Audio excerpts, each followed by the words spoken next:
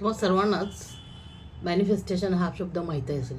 बऱ्याच ठिकाणी तुम्ही मॅनिफेस्टेशन हा शब्द ऐकलेला आहे, त्याच्याबद्दलची माहितीही ऐकली असेल, वाचली असेल.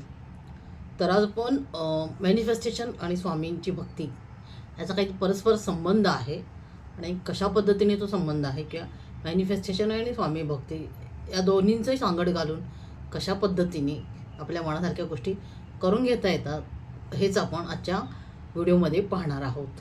तर नमस्कार, मी हे अवतर संगीता आणि माझ्या अमित ब्रँड कम्युनिकेशन या यूट्यूब चॅनलवरती तुम्हा सर्वांचं पुन्हा एकदा स्वागत आहे. तर चॅनलवर तुम्ही नवीन आला असाल तर नक्कीच आपल्या चॅनलला अगोदर सबस्क्राईब करा. सबस्क्राईबच्या बेल आयकॉनवर क्लिक करा, जेणेकरून तुम्हाला पुढच्या भागाचं नोटिफिकेशन लगेचच मिळेल. बेल आयकॉन क्लिक करणं गरजेचं आहे, तेव्हाच नोटिफिकेशन तुम्हाला येत राहतात. आणि माझे बरेचसे प्रेरणादायी व्हिडिओ आहेत म्हणजे आपल्या चॅनलवरती आहेत. तर अशा व्हिडिओंची माहिती तुम्हाला पटकन मिळण्यासाठी चॅनलला नक्कीच तुम्ही सबस्क्राईब करा आणि व्हिडिओ जर पुढे आवडला तरच तो लाईक आणि शेअर करा. तर हा व्हिडिओ अगदी शेवटपर्यंत बघा, कारण याच्यामध्ये खूप अशी तुम्हाला उपयुक्त असणारी माहिती आहे, ज्याच्यामुळे खरंच तुमच्यामध्ये, तुमच्या आयुष्यामध्ये नक्कीच बदल होणार आहे आणि तुमच्या मनात जे आहे किंवा तुम्हाला जे हवं आहे ते नक्कीच या मार्गाने नक्कीच तुम्हाला ते मिळणार आहे. तर मॅनिफेस्टेशन आणि स्वामी भक्ती, तर याचा काय संबंध आहे नेमका किंवा कशा पद्धतीने या गोष्टी वर्क करतात हे आपण पाहणार आहोत. तर सध्या खूप चर्चेमध्ये हा विषय आहे की मॅनिफेस्टेशन, अफर्मेशन, व्हिज्युअलायझेशन ह्या सगळ्या गोष्टी किंवा हे शब्द आपण सतत ऐकत आहोत, वाचत आहोत. आणि त्याचसोबतच या गोष्टीसोबतच अजून एक महत्त्वाचा भाग असतो तो म्हणजेच थोडंसं आध्यात्मिक, म्हणजेच स्वामींची भक्ती. आता मी स्वतः स्वामी भक्त असल्यामुळे मी स्वामींची भक्तीबद्दलच बोलते. तर अनेक जण विचारतात की फक्त विचार करून किंवा एखाद्या गोष्टीची कल्पना करून ती खरंच आयुष्यात मिळते का? म्हणजे यालाच तर मॅनिफेस्टेशन म्हणतात की आपण जे विचार करू तेच आपल्या आयुष्यात येतं, तशाच गोष्टी घडत जातात. आणि म्हणूनच म्हणतात की असं केल्याने बाबा कल्पना करून नुसती ती गोष्ट आपली होती की आपल्याला मिळू शकते का? आणि याच्यामध्ये स्वामींच्या भक्तीची काय भूमिका आहे, स्वामी भक्तीची या गोष्टीमध्ये काय भूमिका आहे, म्हणजे आपल्याला विचार करून जे हवं आहे ते मिळवण्यासाठी स्वामींची भक्ती कशा प्रकारे उपयोगी पडते का किंवा उपयोग होतो का की नाही होतो का, हे आपण जाणून घेणार आहोत. आपण त्या या विषयावरती चर्चा करणार आहोत. तर मॅनिफेस्टेशन, स्वामी भक्ती याचा एक चांगला अनुभव मी माझ्या आयुष्यात अनुभवलेला आहे. त्याच्यामुळे खरं हे तंतोतंत खरं आहे की जे आपण विचार करू, जसा विचार करू नेमकं तसं घडतंच, म्हणजे घडतं, 100% घडतं.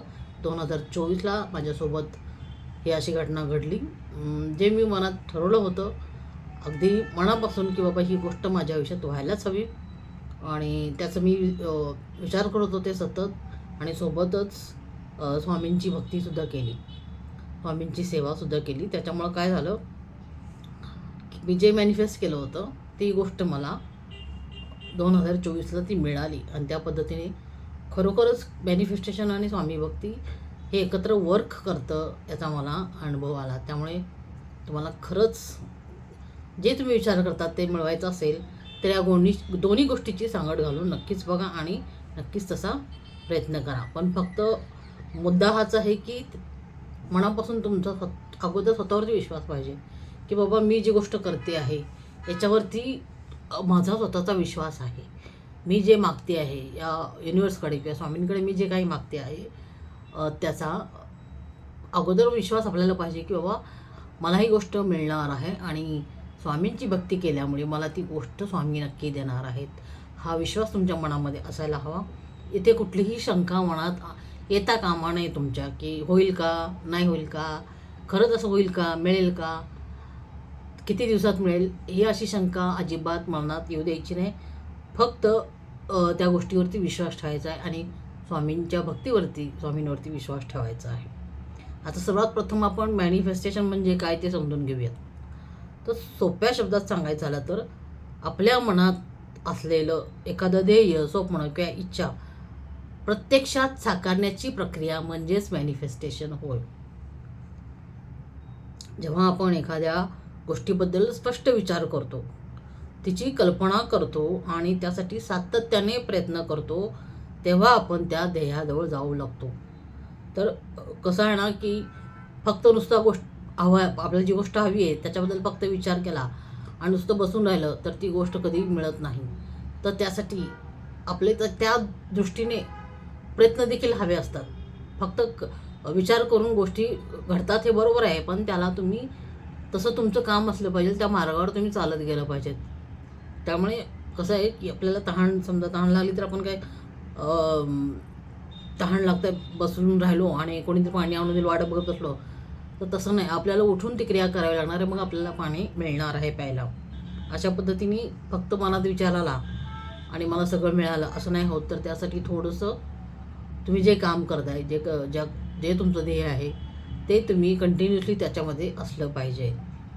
तर या गोष्टी सगळ्या नक्कीच सत्यात उतरतात. तर सातत्याने त्यासाठी प्रयत्न करायचा आहे. आणि जेव्हा आपण एखादी गोष्ट ठरवतो आणि अगदी प्रामाणिकपणे प्रयत्न करतो ना, तेव्हा नक्कीच स्वामीसुद्धा आपल्याला त्या आपल्या ध्येयापर्यंत पोहोचवण्यासाठी नक्कीच प्रयत्न करतात. तर अनेक यशस्वी व्यक्ती बघा, ते एक गोष्ट सांगतात की तुम्ही जे सतत विचार करता ना, त्या दिशेने तुमचं आयुष्य पुढे जावं लागतं. म्हणूनच तुमचं ध्येय जे आहे ना, ते स्पष्ट असणं महत्त्वाचं आहे. जर तुम्हाला माहीतच नाही आहे की तुम्हाला आयुष्यात नक्की काय हवं आहे, आणि तर त्यासाठी प्रयत्न कसे करणार जर तुम्हाला माहीतच नाही आहे की मला काय हवं आहे.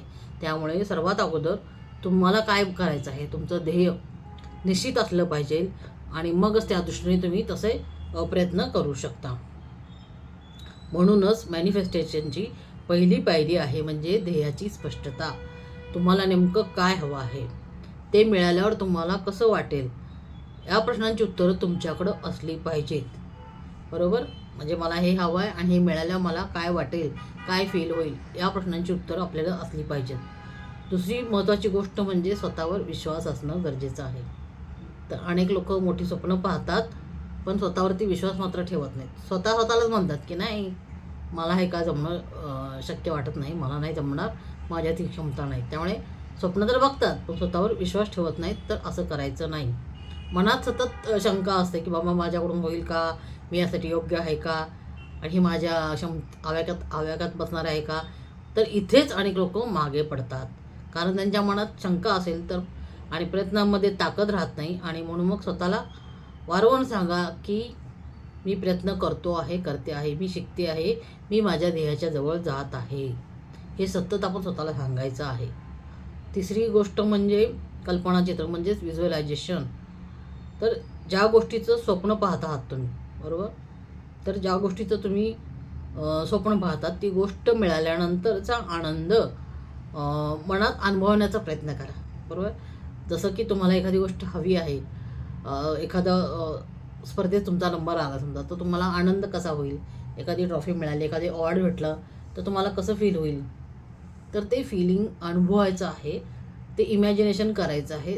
ती गोष्ट आपल्याला मिळाली आणि त्याचा आनंद फील करायचा आहे, प्रयत्न करायचा आहे. म्हणजेच की जसं एखादी परीक्षा उत्तीर्ण झाली आणि तुम्ही यशस्वी झालात, तर निकालाचा तो दिवस डोळ्यासमोर आणा. तुमच्या घरातील कुटुंबाचा आनंद कसा साजरा केला तुम्ही ते अनुभवा. तर ही प्रक्रिया मनाला त्या ध्येयासाठी तयार करते.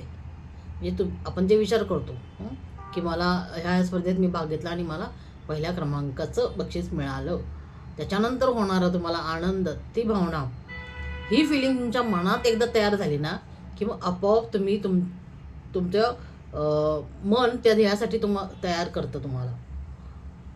त्याच्यामुळे जे हवं आहे ते व्हिज्युअलायझेशन करणं हे खूप महत्त्वाचं आहे. पुढची गोष्ट म्हणजे कृती. आता फक्त विचार करून काहीच मिळत नाही, मी आता जसं म्हटलं तसं. तर मॅनिफेस्टेशनच्या सोबतच त्याला कृतीची जोड द्यावी लागते. समजा आता तुमचं ध्येय 6 महिन्याचं आहे हां, तर आज काय करायचं आहे, या आठवड्यात काय करायचं आहे आणि या महिन्यात काय करायचं आहे, याचं स्पष्ट प्लॅनिंग, स्पष्ट योजना तुमच्याकडे असली पाहिजे. मला येणाऱ्या 6 महिन्यात मी रोज हे करणार आहे, मी 3 महिन्यांनी हे करणार आहे किंवा मी महिन्याने हे करणार आहे. हे सगळं तुमचं प्लॅनिंग अगोदर असलं पाहिजे, तुमचं ध्येय स्पष्ट असलं पाहिजे. कारण आपल्या स्वप्नांना वास्तवात आणायचं काम कोण करत असेल तर ते असतं कृती. त्यामुळे तुम्ही जे काही ठरवलं आहे ते सगळं तुमचं प्लॅनिंग, तुमचं ठरलेलं प्लॅनिंग सगळं असलं पाहिजे आणि त्या दृष्टीने तुमची कृती असली पाहिजे. तसंच पुढची गोष्ट म्हणजे तुमच्या इच्छेमागची भावना. जर तुम्ही एखादी गोष्ट दुसऱ्याशी तुलना करण्यासाठी किंवा कोणाला तरी सिद्ध करण्यासाठी तुम्हाला हवी असेल तर मनात अस्वस्थता निर्माण होते. म्हणजे मला तिच्यापेक्षा पुढं जायचं आहे, मला तिच्यापेक्षा चांगलं बनायचं आहे, असं जर तुम्ही तुलना करत असाल किंवा स्वतःला दुसऱ्यांपेक्षा चांगलं आहे हे सिद्ध करण्यासाठी करत असाल तर अशा वेळेस मनामध्ये अस्वस्थता निर्माण होते.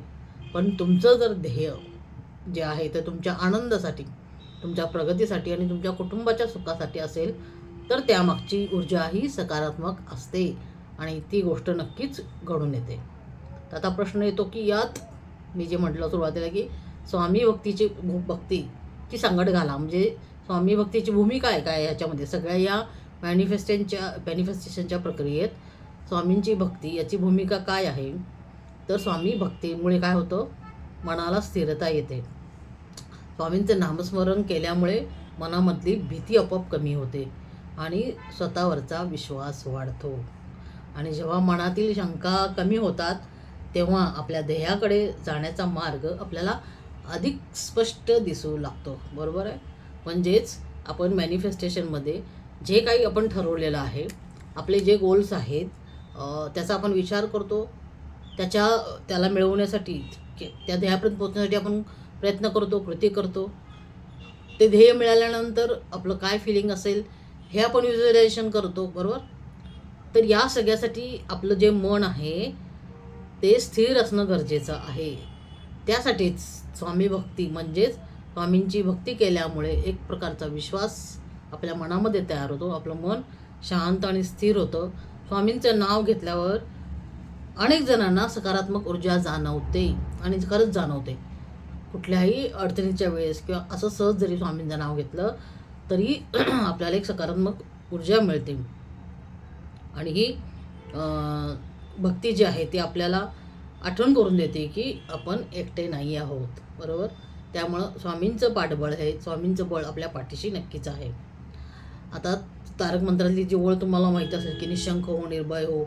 म्हणजेच शंका आणि भीती सोडून टाक. तुझ्या मनात जे काही शंका आहे, भीती आहे, कसं आहे की मला आयुष्यात हे करायचं आहे, मला माझ्या या ध्येयापर्यंत पोचायचं आहे, तर मनामध्ये कुठेतरी शंका येते की बाबा मला जमेल का. जसं आपण सुरुवातीला पाहिलं, मी त्यासाठी लायक आहे का, सक्षम आहे का, मला जमेल का.